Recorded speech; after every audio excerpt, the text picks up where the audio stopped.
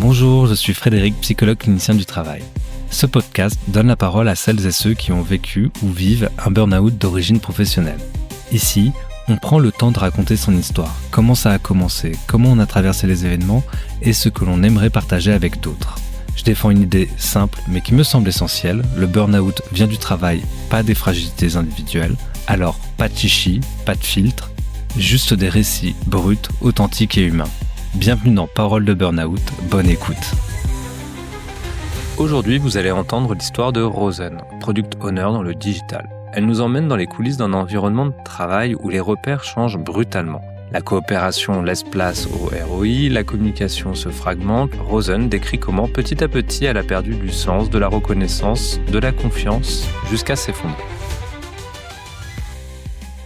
Bonjour Rosen. Bonjour Frédéric. Merci d'avoir accepté de venir participer à mon podcast Parole de Burn-out. Ce podcast donne la parole aux personnes qui ont vécu ou vivent actuellement un burn-out d'origine professionnelle. Tu as souhaité participer, tu as répondu, pour être plus précis, à mon appel à témoignage.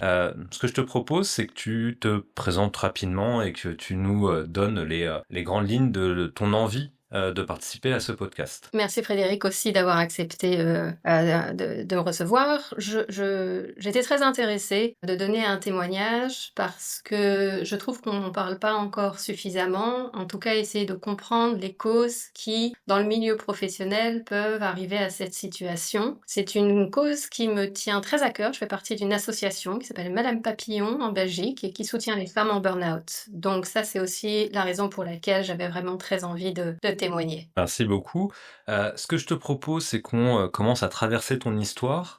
Pour cela, éventuellement déjà nous dire quelle était l'activité que tu exerçais au moment où c'est arrivé pour toi. Quand c'est arrivé, moi je travaille dans le domaine digital depuis 22 ans et j'étais, on peut dire, PO, donc Product Owner, d'une plateforme internet pour une grande société et donc je supervisais la plateforme qu'on utilisait pour nos sites internet et on en avait à peu près une quarantaine. Alors, je connais pas bien ce métier-là du tout, juste pour que tu m'en dises un peu plus. Donc, ça consistait en quoi ton travail quotidien et est-ce que tu avais en responsabilité une équipe? Toi, donc, quelles étaient tes activités, les choses que tu avais à gérer au quotidien sur ce sujet? Alors, je n'étais plus en responsabilité d'équipe, donc un PO, un product owner, c'est quelqu'un qui va travailler en collaboration avec une équipe pluridisciplinaire. Donc il y a généralement les développeurs, un Scrum Master, le business, voire le marketing, enfin la personne qui, entre guillemets, finance le produit. Donc là, en l'occurrence, le marketing, avec une partie de l'IT. Donc en fait, on est au centre d'une équipe pluridisciplinaire pour réussir à livrer un produit en temps, en heure, faire en sorte que les fonctionnalités soient celles dont on a besoin pour atteindre les objectifs qui ont été définis par l'entreprise. Donc c'est un poste qui demande énormément de transversalité, de compétences de communication, de résistance au stress, d'organisation, de prioritisation. Donc voilà, c'est vraiment quelque chose qui a un scope assez large. Ça permet de mieux voir déjà ton environnement professionnel et comprendre ce qui va être décrit pour la suite. Pour comprendre ce qui t'est arrivé, déjà, quand est-ce que tu es tombé en burn-out, toi? Alors, c'était en septembre 2019. Ok. Après, on va revenir sur la phase, comment c'est arrivé, etc. C'est juste pour un peu Ouais, non, en fait, je localiser me dans suis le temps. trompée, Fred. Donc, c'était en septembre 2018. Ok. Il s'est passé autre chose en septembre 2019. J'avoue que je sais que ça a duré 1 an et demi. Maintenant, il y a des choses qui sont un petit peu floues. Surtout que je suis revenue au travail 1 mois avant le Covid, avant la pandémie. Donc, en fait, je suis revenue au travail pendant 1 mois dans un bureau et ensuite on était à nouveau tous confinés chez nous. Donc c'est vrai que c'est un petit peu flou. Pour revenir donc sur cette période ça faisait combien de temps que tu étais dans ton entreprise et combien de temps tu étais sur ton activité professionnelle de platform owner, c'était ça? Pio? Ouais, plateforme, product owner, enfin dans le site internet, on va dire ça comme ça, dans tout ce qui était digital. Donc j'ai commencé à travailler pour cette société en 2003. Ça faisait quand même un grand bout de temps que je travaillais pour la même société. En fait, j'ai évolué au fur et à mesure. J'ai toujours travaillé dans le digital. Au départ, c'était convaincre les gens d'utiliser le site internet et ensuite, effectivement, au fur et à mesure des années où l'internet s'est implémenté, développer des nouvelles fonctionnalités, etc. J'étais dans ce poste-là depuis Un an, mais en fait, ce qui se passait, c'est qu'on a subi énormément de transformations, en fait, hein, depuis 2018. Moi, je vois depuis 2015, entre 2003 et 2015, moi, j'analyse ça comme vraiment un changement suite à la crise de 2012. À partir de ce moment-là, en fait, moi, je travaillais à Bruxelles, mais en équipe virtuelle. J'ai toujours travaillé en virtuel, puisque mes collaborateurs étaient partout dans le monde. On en avait en Inde, on en avait aux États-Unis, en Angleterre, en Europe. Donc, je me déplaçais assez souvent pour aller voir les personnes et donc développer une vraie relation pour pouvoir justement établir cette relation de confiance et de travail collaboration. Et puis à partir du moment où en 2012, il y a eu la crise, 2015, les budgets se sont resserrés, on est rentré dans une ère où c'était vraiment que du virtuel, des émissions, enfin, des choses en virtuel, plus trop de présentiel, et puis surtout aussi les budgets ont été énormément rabotés, donc on devait faire plus avec moins et moins d'humains. Moi j'ai senti qu'il y a eu une bascule déjà à ce moment-là. Si je comprends bien, toi, tu as pris tes fonctions en quelle année? Ouais, alors ça s'est fait progressivement. Chez Ouais. mon employeur, on n'a pas vraiment un rôle très défini, on évolue au gré aussi des changements, savoir que comme on est à l'intersection entre le marketing et l'IT, on a souvent changé entre une direction IT et une direction marketing. Donc il y avait déjà énormément de flottement. Déjà cette histoire de flottement, de pas savoir trop comment se positionner, une définition de rôle qui n'était pas très claire, beaucoup de gris, c'était pas évident, donc c'est pas facile pour moi de te donner une date, mais oui, 2015, c'est le moment où j'ai eu une équipe en charge. Là, c'était une équipe, en fait, qui était en charge de mettre le contenu sur Internet, de travailler avec les différentes équipes. Et donc, c'était beaucoup plus opérationnel. Je pense qu'en fait, mes difficultés ont commencé à partir de ce moment-là. Et si on reprend un peu la phase précédente, c'était plutôt une phase où tout se passait bien, où tu évoluais, tu donnais satisfaction, ton travail te donnait satisfaction et ça se passait plutôt bien? Oui, alors tout au long de ma carrière, j'ai eu de très bonnes évaluations, même quand le travail ne me satisfaisait plus. Par contre, jusqu'en 2015, c'est vraiment un chouette travail. C'était quelque chose qui était particulièrement enrichissant parce que je suis quelqu'un d'extrêmement curieux. Je pense que les gens qui finissent en burn-out sont des gens qui sont résilients, qui travaillent beaucoup, qui sont curieux, qui aiment apprendre, qui aiment s'investir. Et par conséquent, c'était vraiment très chouette parce que c'était l'explosion d'Internet. Ouais. Associé à effectivement une certaine liberté. C'était un monde assez nouveau, donc on avait effectivement une liberté dans la façon de travailler, dans la façon de livrer des résultats. Et c'était, je pense, aussi une époque où j'avais encore un management qui était un management de boomer. Donc un management où la valeur du travail est importante, la loyauté est importante, la collaboration est importante et on était moins dans une logique de performance et de résultats à tout prix. Combinaison d'un monde en évolution, de l'humain au centre et de la reconnaissance du travail, c'était trois piliers qui pour moi étaient présents et qui faisaient que c'était un environnement très agréable. Et comment ça a basculé? Du coup, là, on va rentrer pour aller dans le tunnel jusqu'au fameux moment de l'effondrement. Avec le recul qui est le tien maintenant et qui a pu revoir, j'imagine, un peu cette histoire et de compréhension aussi certainement de ce qui s'est passé pour toi. Comment tu vois ça? Qu'est-ce qui t'a amené au burn-out? Je pense la disparition de ces trois piliers dont je te parlais. Donc la performance est arrivée parce qu'on est reparti dans l'équipe marketing, supervision de marketing et tout ce qui est retour sur investissement, ROI est devenu quelque chose qui était vraiment le moteur de tout ce que l'on faisait. Donc on avait quand même une performance qui était extrêmement importante à livrer, avec moins de ressources, donc plus de travail pour chaque personne. Un management qui a basculé aussi vers un management qui était des gens qui étaient en recherche, je vais dire, de personnes qui savaient se mettre en valeur, qui savaient se présenter, qui savaient faire du networking, qui allaient un petit peu dans le sens du poil du management. Ça veut dire quoi, ça?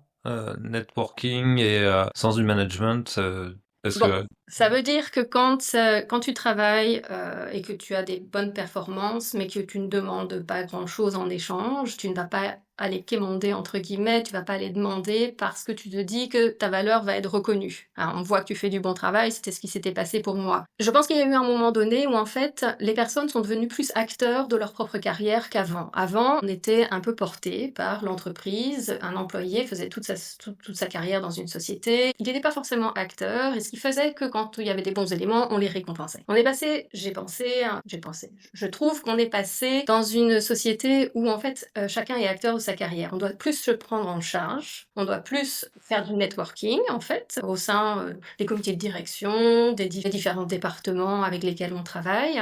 En tout cas, dans la société, voilà, américaine, grande société américaine dans laquelle je travaillais, je voyais bien que c'était ce qu'il fallait faire, chose avec laquelle je suis à l'aise. Donc c'est vrai que je n'ai pas su faire quelque part ce travail de mise en avant de moi-même. Ce que tu es en train de parler, en fait, c'est le fait que précédemment, en tous les cas, tu avais le sentiment que quand tu faisais du travail de qualité, on te récompensait sans que tu aies besoin d'aller dire, en pensant, j'ai fait quelque chose de bien, j'aimerais bien avoir une promotion ou une augmentation, et on soit te félicitait, soit on te récompensait, entre guillemets, on te rétribuait tes belles performances, et que par la suite, il y a eu un changement de management qui ne fonctionnait plus de cette façon, et donc du coup, ne rétribuait plus, en tout cas, les bons travaux ou les activités de qualité que tu pouvais faire. Oui, en fait, bon, c'est plus subtil que ça, mais oui. En règle générale, c'est un petit peu ce qui s'est passé. On a vu en fait des éléments rester, progresser, qui n'étaient pas forcément les personnes qui avaient les meilleurs, je ne dirais pas résultats, parce que je pense que ces personnes avaient des très bons résultats. Peut-être la façon d'arriver à ces résultats était un peu différent de ce que j'aurais mis en place. Donc on avait aussi peut-être un petit conflit de valeurs. C'est-à-dire, là, c'est trop flou pour moi. Alors, mes valeurs sont les valeurs du partage, du respect, de la communication. À partir du moment où dans une société, quelle qu'elle soit, on limite la communication au strict nécessaire, je ne trouve pas que j'ai suffisamment d'informations pour bien performer. C'est-à-dire qu'en fait, on travaille énormément par silos. C'était comme un peu divisé pour mieux régner. Par conséquent, je trouve qu'on doit avoir une visibilité, une lisibilité d'une stratégie d'entreprise, et que même si on ne va pas prendre des décisions dans des départements qui ne nous concernent pas, c'est important quand même de savoir où on va. À partir du moment où on avait effectivement cette scission de la communication, qui faisait qu'on avait un manque de visibilité, de lisibilité, c'était plus compliqué d'arriver à produire les résultats qui étaient escomptés. Et c'était comme si, pour moi en tout cas, je le vivais comme s'il y avait effectivement des personnes qui avaient droit d'accès à l'information et des personnes qui n'avaient pas droit d'accès à l'information. Donc ça, c'était au niveau de la communication, du partage. Au niveau du respect, à un moment donné, on était dans un management assez dur, moi que j'ai qualifié parfois de bullying. Tu l'illustres comment, ce management de bullying? Des emails qui sont parfois assez cassants, supprimer des personnes de boîtes de distribution sans les informer qu'ils font plus partie de tel ou tel projet, donc un peu de mise au placard, mais sans information, établir plusieurs fois des communications ou des meetings avec ton manager et qui t'annule en dernière minute 5, 6, 7 fois sans jamais vraiment te dire pourquoi. Et t'as déjà été victime de tout ça, de tout ce dont tu parles? Oui, Ouais. c'est pour ça que j'en parle. Donc là, il y avait ce type de management où d'un coup on te retire de liste de diffusion du jour au lendemain, de projets où on t'avertit pas que t'as été retiré et du coup t'as plus d'informations. Oui, et pourquoi? Parce que on était dans ce flou de restructuration. Le département avait été dissous parce que le chef de département ne pouvait plus travailler dans ces conditions-là. Donc, et quand pendant 6 à 8 mois, on se retrouve dans une position de flottement comme ça, où en fait, en gros, on ne sait pas ce qui va se passer, c'est assez déstabilisant. Et ça, c'était un peu l'environnement qui était le tien avant que ça s'effondre pour toi. Donc là, ce dont tu parles, c'est quand même donc une restructuration un peu profonde de l'entreprise, de la manière de fonctionner et des objectifs qu'elle donnait par ailleurs et la façon dont elle avait travaillé, qui était plus orientée sur le budget, sur les performances, plus que sur la valeur du travail qui était fait, ou sa qualité en tous les cas. Et ensuite, avec en plus une répercussion sur le type de management et des éléments en tous les cas qui perdaient de l'information ou un management plus... Alors, je C'était cherche. très centralisé. Ouais. C'était un management qui était devenu un management américain, vraiment très américain, alors qu'avant on était plus européen en fait, hein, il y avait Ouais. quand même plus de décentralisation. Donc voilà, très contrôlé. Et Et, je dirais, la communication a été choisie avec certaines personnes. et ça participait en tous les cas à un vécu au travail qui était un peu compliqué. Oui, ça participait tout à fait, une sensation de déséquilibre, Mm. d'avoir une moins bonne visibilité de ce qu'on doit faire en fait, puisqu'on a moins accès à l'information, et en même temps l'impression que on doit quand même toujours continuer à travailler et avoir les mêmes performances. Donc Mm. cette incompatibilité faisait que pour moi c'était difficile à gérer. Et est-ce que tu as une illustration ou un moment dont tu as le souvenir vraiment d'un épisode au travail qui illustre ça pour toi et qui a été vraiment un moment fort de cette période-là? Ça fait un petit bout de temps, hein, ça fait bien quand même 6 ans, et surtout, je pense qu'il y a une partie de moi qui est un peu occultée, des moments difficiles. Donc, Ouais. ça serait un peu compliqué. Mais oui, c'est comme si en fait on travaille pour rien. Non, j'ai pas d'exemple concret. Je me souviens juste que j'avais le sentiment de pédaler, de pédaler et de pédaler pour rien. C'est-à-dire de faire du travail, ou en tout cas de tout le temps devoir rechercher l'information pour travailler, ou tu parles de C'est ça. fournir beaucoup de choses pour rien? Non, passer beaucoup de temps à chercher les 2 en fait. Passer beaucoup de temps à chercher l'information de pourquoi on me demandait de faire quelque chose. Parce qu'en fait, quand on vous demande de faire quelque chose, évidemment, vous voulez l'exécuter, mais vous voulez comprendre pourquoi vous devez le faire, histoire de le faire le mieux possible. Et si jamais vous pensez qu'il y a une meilleure solution, vous pouvez aussi la proposer. Donc déjà ça, cette force de proposition, elle était plus vraiment acceptée.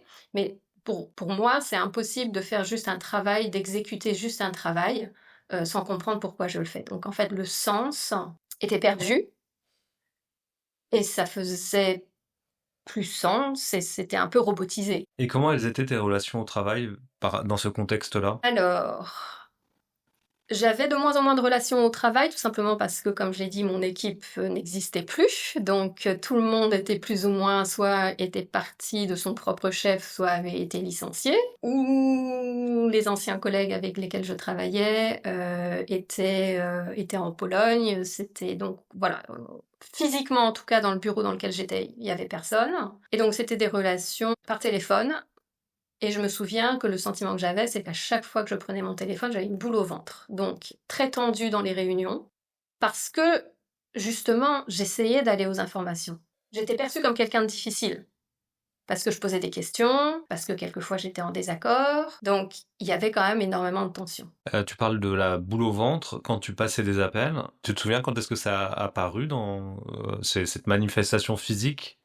Oui, je pense que déjà, je dirais que fin 2016-2017, je sais que j'étais mon collègue en face de moi rigolait parce qu'en fait, je passais mon temps à jurer après avoir raccroché le téléphone. J'étais très calme, très posée, très souriant pendant les appels, et dès que je raccrochais, j'explosais dans l'open space, parce que voilà, il faut quand même rester entre guillemets professionnel, ne pas montrer trop ses émotions, sa colère, sa frustration pendant les appels. Mais c'était déjà là, effectivement. Et cette boule au ventre était aussi déjà là. Du coup, tu parlais de cette colère qui s'exprimait parce que du coup, dans les appels que tu avais, c'était des échanges que tu avais avec des partenaires avec lesquels tu devais travailler et ça allait pas, t'arrivais pas à soit avoir l'information dont tu avais besoin ou c'est qu'ils allaient à l'encontre de ce que tu proposais ou... Bon, ça dépendait des fois. Parfois, effectivement, c'était un petit peu compliqué d'aller jusqu'à l'information, mais la plupart du temps, c'est parce que je trouvais que les décisions qui étaient prises n'étaient pas forcément les bonnes. Et j'avais un peu le sentiment quand même que mon avis n'était absolument pas écouté. Donc, j'avais l'impression de ne plus avoir de la voix au chapitre, en fait, que ma pensée n'était plus critique, que qu'en fait, je n'étais plus bonne qu'à exécuter. D'accord. Et là, donc du coup, tu parlais aussi du fait que tu étais avec ton collègue, enfin que tu avais un collègue en face de toi en open space, avec lequel tu pouvais partager tout ça. Ouais. Tu as parlé aussi du fait qu'il y avait des licenciements qui étaient opérés par ailleurs, ben, je suppose, liés aux coûts budgétaires.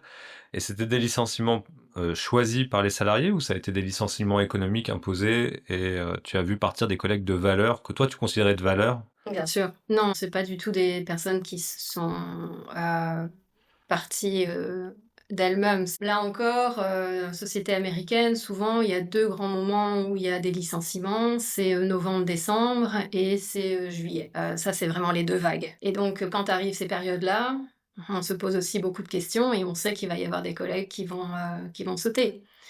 Donc il y a effectivement, pas mal de gens, je trouvais, qui avaient énormément de valeur, qui aussi me ressemblaient en termes de profil, hein. Des gens qui étaient là depuis longtemps, des gens qui vraiment avaient, je trouvais, une façon de penser qui était rationnelle, qui était aussi très humaine, qui ont sauté, oui. Donc ça met aussi un petit peu une parano, en fait, qui s'installe. Et justement, est-ce que des fois tu pensais que tu allais être dans la prochaine vague à chaque fois ou... Alors, je dois avouer que ça m'est arrivé, mais pas si souvent que ça, parce que, en gros, à un moment donné, il restait plus que moi. Et il y avait un projet qui devait quand même se terminer. Donc je savais très bien que je ne pourrais pas sauter, voilà, tant que ce projet ne serait pas terminé. Mais c'est très inconfortable d'être toute seule, hein, sur un Hmm. projet. Parce que là, du coup, tu étais toute seule sur ce projet-là en question, qui était un projet à fort enjeu ou avec un client très important et sur lequel il y avait un... C'est un projet avec fort enjeu. Mes clients ont toujours été des clients internes, hein, puisque moi, effectivement, je travaillais avec des clients internes. Je dois avouer que je trouve que les clients internes sont parfois plus durs que les clients externes. Il s'est développé une relation avec un collègue particulièrement, qui était très compliqué, qui est monté en grade et qui est arrivé à un poste de position. Et effectivement, je pense qu'il y a eu là une friction avec une personne en particulier qui est devenue très importante dans la société et qui, j'ai trouvé, était particulièrement difficile comme collègue. Enfin, comme collègue. C'était jamais Euh, mon boss direct, mais voilà. Et c'était pénible parce que c'était des visions contraires de façon de travailler ou il y avait... Il y avait des visions contraires, mais il y avait surtout là aussi une gestion non collaborative. C'est-à-dire que c'était une personne qui allait parler à chacune des personnes en individu, jamais en groupe, très rarement nous mettre tous ensemble et faire du brainstorming pour essayer d'arriver à une solution. Donc c'était prendre des informations de façon très fractionnée, fragmentée, pour ensuite livrer sa vision qui ensuite était redistribuée sous ordre de mission et qui quelquefois n'était pas particulièrement efficace. Voilà. T'as un exemple ou pas de cette façon de procéder Alors, dans un site internet, il y a plusieurs fonctions. Bon, il y a la plateforme qui sous-tend le site internet, il y a le contenu, il y a le marketing, il y a la data, il y a le UX, le design, enfin, il y a plein de choses. Lors de certains projets spécifiques où il faut quand même qu'on soit tous en collaboration pour réussir à avoir la vision qui va être la plus adaptée. Si on n'avait pas l'enveloppe budgétaire pour faire le projet idéal, ce qui est rarement le cas, au lieu d'avoir une décision collaborative, et c'est pour ça que j'aime beaucoup la méthode agile, à l'époque c'était pas vraiment ce qu'on utilisait, chacun devait remettre un petit dossier, un petit rapport, et puis lui trouvait ce qu'on allait faire et où on allait couper. Mais c'est comme si on te disait, le permis c'est trop cher, une voiture c'est trop cher, et donc on va t'enlever le moteur. Ah bah c'est bien gentil, mais je vois pas ce que je vais faire avec le reste de la carcasse. Il y a eu quelquefois des changements qui ont été mis en place, qui étaient souvent cosmétiques, alors que c'était des changements de profondeur qui étaient nécessaires, peut-être de plateforme, mais qui coûtaient peut-être plus cher, qui avaient moins de retour sur investissement rapide. Et donc cette vision à très court terme a fait que quelquefois on a pris des décisions, je pense, qui n'étaient pas forcément les meilleures. Alors, du coup, pour poursuivre un peu le cheminement, donc là, on est dans un environnement de travail qui se dégrade, où tu as perdu, en tout cas, alors tu t'as dit, c'est quelle image que tu pédales dans le vide, je crois que c'était ça ton expression. Tu sais, oh, comment ça s'appelle? Celui qui est dans sa cage là, et qui tourne. Le hamster. Voilà, le hamster. J'étais un hamster qui tournait dans sa cage et je n'arrivais pas à éclairer la petite lampe qui est à côté. Et du coup, quand est-ce que la roue se dévisse et que ça part en effondrement? La roue s'est dévissée le moment où ma N+1 temporaire, puisque l'équipe n'existait pas et qu'on m'avait casé avec quelqu'un comme ça, qui n'avait pas cessé de me retirer des listes de distribution et de ne pas venir au meeting qu'elle-même mettait en place, a annulé à nouveau un meeting avec moi. Je n'avais jamais eu de meeting, donc elle est devenue mon manager pendant 6 mois, et en 6 mois, je ne lui ai pas parlé une seule fois puisqu'elle annulait ses meetings à chaque fois. Et donc, je suis rentrée chez moi, donc évidemment j'étais en colère, et j'ai expliqué à mon mari en long, en large et en travers ce qui s'était passé à nouveau, et j'ai fait une lettre aux ressources humaines, un email aux ressources humaines, et le lendemain matin, je me suis effondrée. Effondré comment, du coup? Eh bien, je me suis levée, je me suis préparée, je suis allée dans ma voiture et je me suis mise à pleurer. T'as pu te rendre à ton travail? Non, absolument pas. Là, je me suis dit que c'était impossible, parce que c'était impossible de me contrôler, et je me suis rendue chez mon médecin. Et il t'a dit quoi? Elle m'a dit, donc c'est un médecin de famille, hein, que j'ai depuis pas mal d'années, qui me connaît bien, qui sait que j'étais quelqu'un qui n'avait jamais d'arrêt maladie, et qui m'a dit que j'avais sans doute effectivement besoin de temps, besoin de me reposer, parce qu'effectivement le sommeil était très mauvais, je me réveillais à 4h du matin, j'avais des insomnies, j'arrivais pas à dormir, ça tournait dans ma tête tout le temps. Donc elle m'a mis en arrêt maladie pendant 2 semaines, pour un premier arrêt maladie. Ça a été le premier arrêt maladie, de nombreux arrêts maladie pendant 1 an et demi. Dans le prochain épisode, Rosen revient sur l'après-coup de l'effondrement, la culpabilité de s'arrêter, la fatigue invisible que l'entourage ne comprend pas et les longues semaines où chaque geste devient une montagne. Merci d'avoir écouté jusqu'au bout, j'espère que ce témoignage vous aura touché, fait plaisir ou simplement parlé. On se retrouve la semaine prochaine pour un nouvel épisode. En attendant, vous pouvez me suivre sur LinkedIn ou Facebook pour rester connecté. Prenez soin de vous et à très vite.